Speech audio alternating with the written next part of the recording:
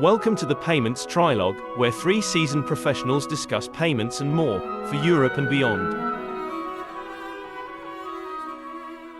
Hello, my name's Michael Salmony, and I'm joined again by Gijs Boudewijn and Ralf Ohlhausen for another episode of the Trilogue. And this time we want to look at Spaa. I will ask Ralf to explain what that is in a moment, but it's basically an initiative where banks and TPPs have got together to define a new way of paying.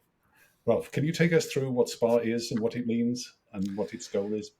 Okay, a little bit of history. I guess I try to keep it short, but I think it goes back 5 years or so now when PSD2 came out, and at the ECB's Euro Retail Payments Board, ERPB, was discussions and working groups for that, and which showed already early signs of difficulties of making this work. And the ECB had the idea of what they called a SEPA API access scheme, and sort of a scheme to complement PSD2, the regulation there, to make it really work.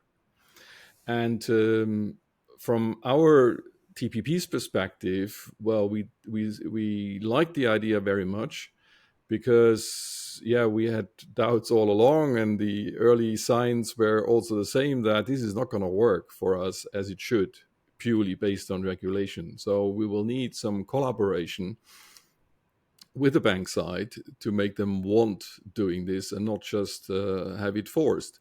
So a purely stick approach by law forcing banks to do this or that, we did not expect a good outcome. So we wanted to have collaboration. Essentially, exactly what we're trying to do here. So foster the collaboration between the stakeholders and actually try and not try to base it on regulation or more or stronger or bigger or whatever regulation. So it was all about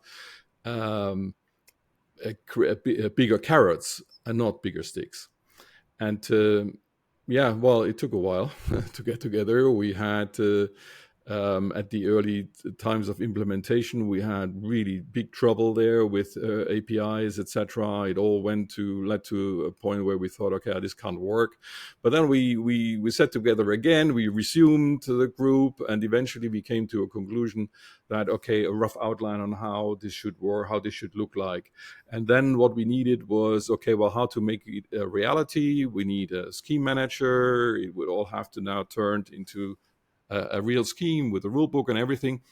So this is how it was then discussed and decided to give it to ask the EPC to play that role, as they play for most other schemes, all other SEPA schemes here in Europe.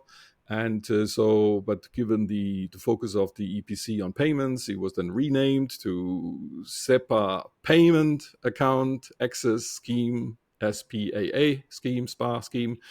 And so for the last, 2 years or so, we have worked there then within the governance of the EPC to create a rule book for that, which was then launched. And I think I'll leave the dates to Gijs. He's now the co-chair of this, so he must know better. Yeah. Well, you want to carry on there? Yeah. That's a matter of perspective, of course. Who knows better? Yes, a lot of images came up when I was listening to you, Ralf. We used to call each other's favorite enemy at the time, coming from both sides.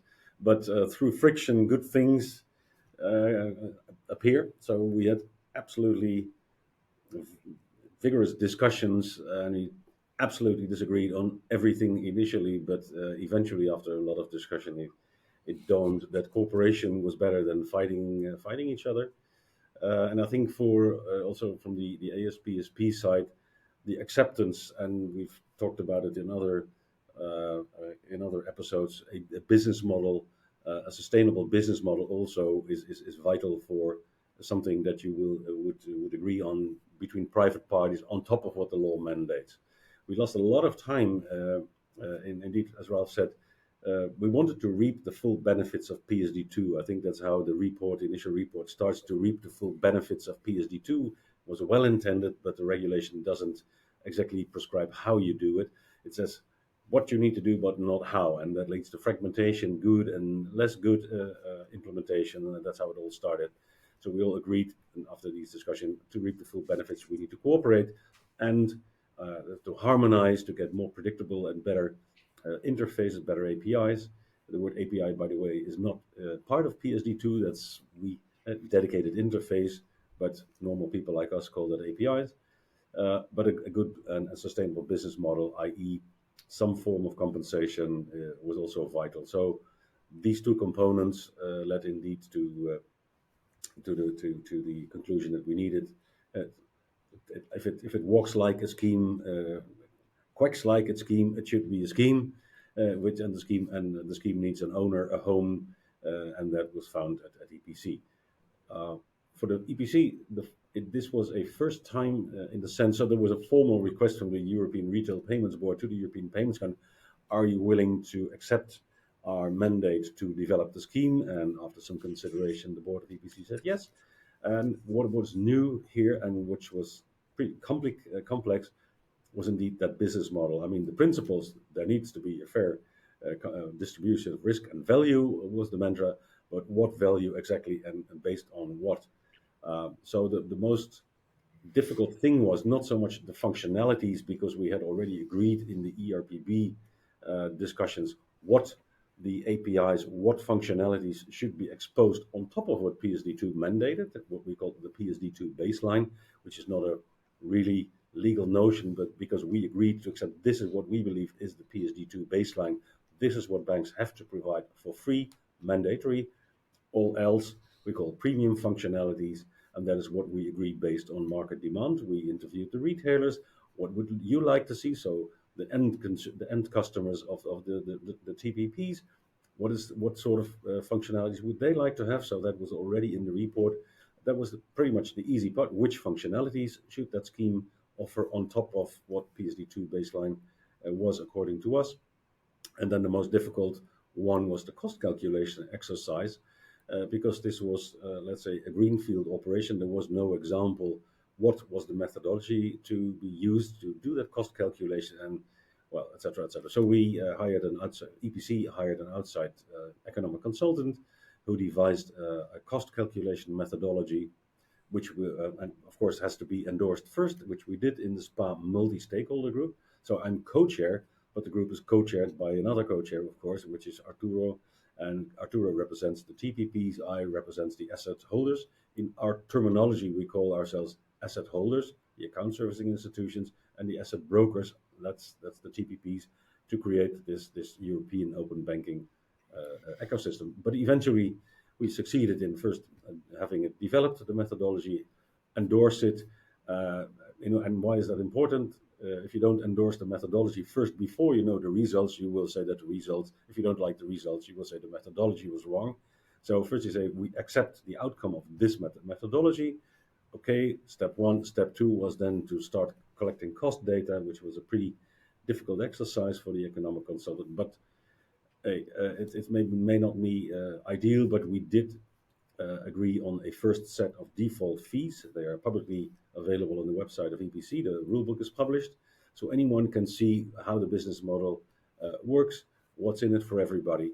And indeed, Ralf, we published the first rulebook last November.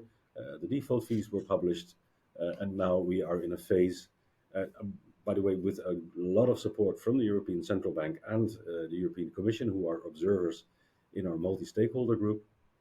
And it really stresses the importance of this multi-stakeholder co-creation to create, because let's say we have the European Payments Initiative as a more club solution to have a European payment solution. This is more the open banking way of trying to get European open banking based solutions, pan-European with a potentially full reach.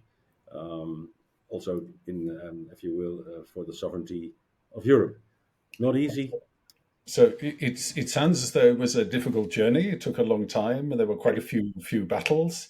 There were some quite complex calculations that needed to be done, but in the end, it's an amazing result. I mean, it is two different fractions who had very different starting points, right? There were the TPPs who said they want good quality APIs at the regulatory mandate, and the banks who weren't so keen on opening up and providing good APIs. But you found together and found a model also with a business model, not just technically, but actually a commercial model that makes it work. So that will allow TPPs to initiate payments using APIs, to look at data using APIs. And I think that's an extraordinary achievement, which again, I think is first in Europe. Open banking is happening all over the world. I'm not aware that anywhere else has a scheme being developed, multi-industry across the various combating participants who have agreed on something. So congratulations on that. But Ralf, I don't think it's working too well. Can you sort of say where we are on this? Yeah, well, let me just a few comments there. So for agreeing the concept, agreeing the functionalities and all of that wasn't that difficult because, of course, banks, actually, and for me, seeing the other side of Gijs, sort of the non-Jekyll, more the Hyde side, or was it the other way around? I don't know, of him, because we were in other discussions like the API evaluation group, which was just regulatory based, and that's where the dogfights happened. Here in Spaa, we agreed on what is it that we really want, what is it that would work, and of course, crunch time came when then. What's the price of it? So that was the real big thing. He already described how we came to some solution on that, which of course the banks find too low, we find too high. But what we have to, what we had, the fees that were agreed. But what we have to now do is seeing what is the reality of it. So what can we really achieve? And unfortunately, now we have, since it launched officially end of last year, we have a number of asset brokers, TPPs, who became members in the scheme, but we're still waiting for the first bank to participate. And we had earlier this year then discussed, okay, how can we do, what is necessary? A pilot, how can we get it off the ground? So we agreed initial tactical pilot followed by a more strategic pilot. So we actually 2 phases even to that, where the initial one is where banks don't have to do any investment, no minimal requirement, not going to the MVP, the minimum viable product, which otherwise we have defined for getting some common functionality. So here for the pilot, there's basically no commitment, nothing needed, making it very, very easy. So we really bend over backwards now to get banks participating in this and getting things started. But it is not so, yet. Gijs, over to you. You co-created this. Why are no banks joining? Yes, that is a bit of a difficult question to me, of course. So I think mainly. And not to say banks, you should feel sorry for banks. The problem mainly is it is not a burning platform. It is a long-term strategic thing. And if you're a bank, say, okay, I'm compliant with PSD2 right now, and we will have the PSR probably next year. Compliance, okay, I have so much on my mind, so much compliance stuff to do. I may also be part of the European Payments Initiative, or if I'm a Spanish or Italian or Portuguese bank, I'm part of the, let's say, the Southern Bloc, or we also have what I call an Eastern Bloc around the Polish BLIK solution that's being spreading in the east of Europe. So it is extremely difficult since it is a very light touch thingy. It's just upgrading your PSD2, leveraging PSD2 investments. It's not, you will not get rich from a bank's perspective, but we say, well, you have to be compliant with the law anyway for 50%. So why not build another 50 or use that to have another 50% functionality where you will get some remuneration, but it's extremely difficult to get it the C-level attention. And I think we also acknowledged that in our communication. We were starting a little communications work block. We're trying to evangelize as much as we can, but there is no there's too little visibility. I believe on the C level. There's no boardroom commitment yet, that people that at sea level, that the asset holders see, well, if it's a very low regret investment, I would say, um, why not join Spaa? We have to be compliant anyway. Why not try to make the world a better place? It's probably minimal investment. We're trying to show that. We've made a report what the deltas are between the PSD2 compliance APIs. What would you need to do to become Spaa compliant? What will you probably need to do, because that's another of those factors, to become PSR compliant, payment service regulation, probably next year, because that is a certain uncertainty if PSR will create a bigger baseline, and it could be in theory that some premium functionalities will become baseline functionalities. And last, a point of uncertainty I understood from the more technical people, we need to build these APIs based on specifications.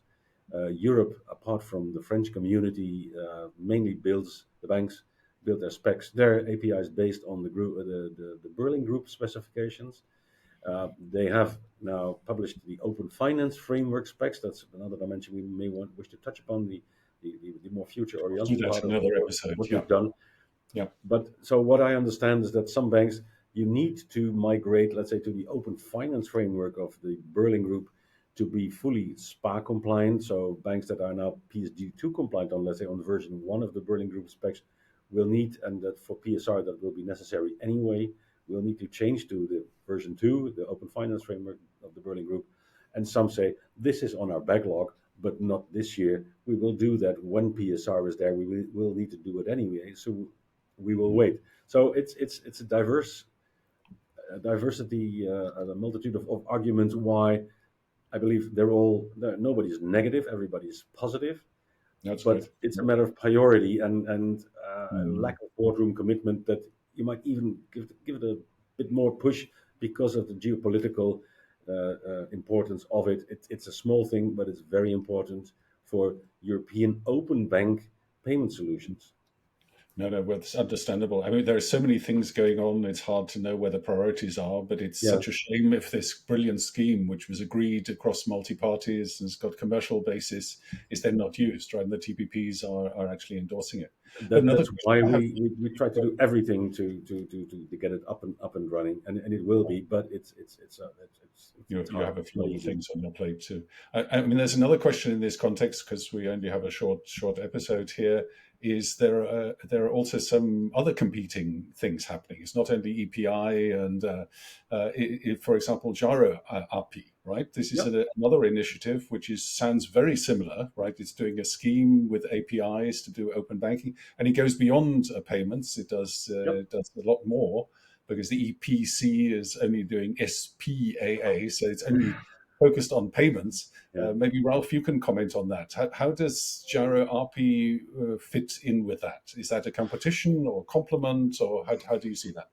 Yeah, well, when I first heard of it a couple of years ago, I thought, oh no, not again. So we're doing something, a European thing. We're maybe boiling the ocean, but we'll get something that works everywhere.